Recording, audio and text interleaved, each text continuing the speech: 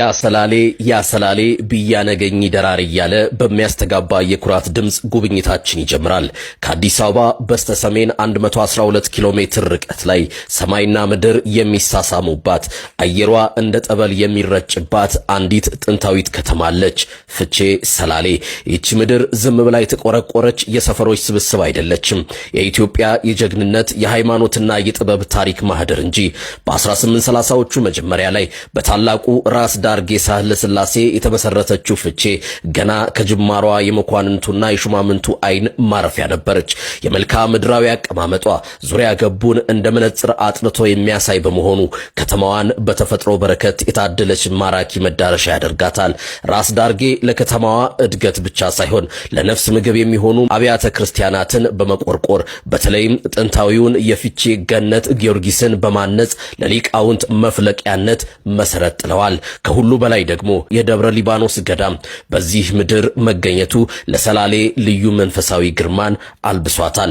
ሰላሌ የቃላት ሳይሆን የተግባር ጀግኖች ሀገር ናት። ስለ እውነት ምስክርነት ሲነሳ ስማቸው ቀድሞ የሚነሳው የሰማዕቱ አቡነ ጴጥሮስ እትብታቸው የተቀበረው በዚህች የተቀደሰች ምድር ነው።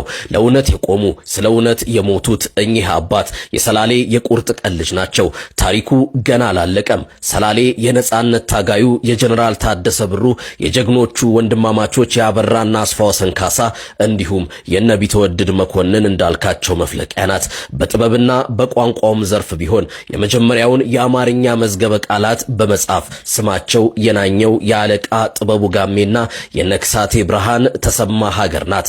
ሰላሌ የሰይፍ ጀግና ብቻ ሳትሆን የፍቅር ማማ ናት። የብዙዎች መጠጊያ፣ የድሆች መከታና የኢትዮጵያ ማዘር ተሬዛ ተብለው የሚጠሩት የክብር ዶክተር ወይዘሮ አበበች ጎበና የተገኙት ከዚህ የፍቅር ማህፀን ነው።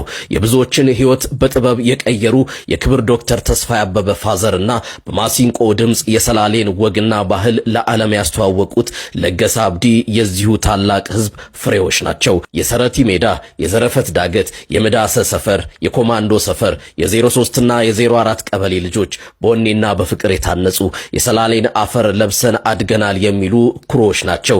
በመንጥራ ሜዳ ላይ የተጫወተ በሰላሌ አየር የተነፈሰ ሁሉ መታወቂያው አንድ ነው፣ ጀግንነት። ጉብኝታችን በዚች ዝነኛ የሰላሌዎች ፉከራ ስንኝ እንቋጨዋለን። ደጋው መረሬ፣ ቆላው ጨበሬ፣ የሰላሌ ጀግኖች አይበገሬ። አዎ ሰላሌ የሰላም ሀገር፣ የታሪክና የጀግኖች ጥንታዊት ከተማ ናት። ሀገሬን ለዓለም ዝግጅቴ ይቀጥላል።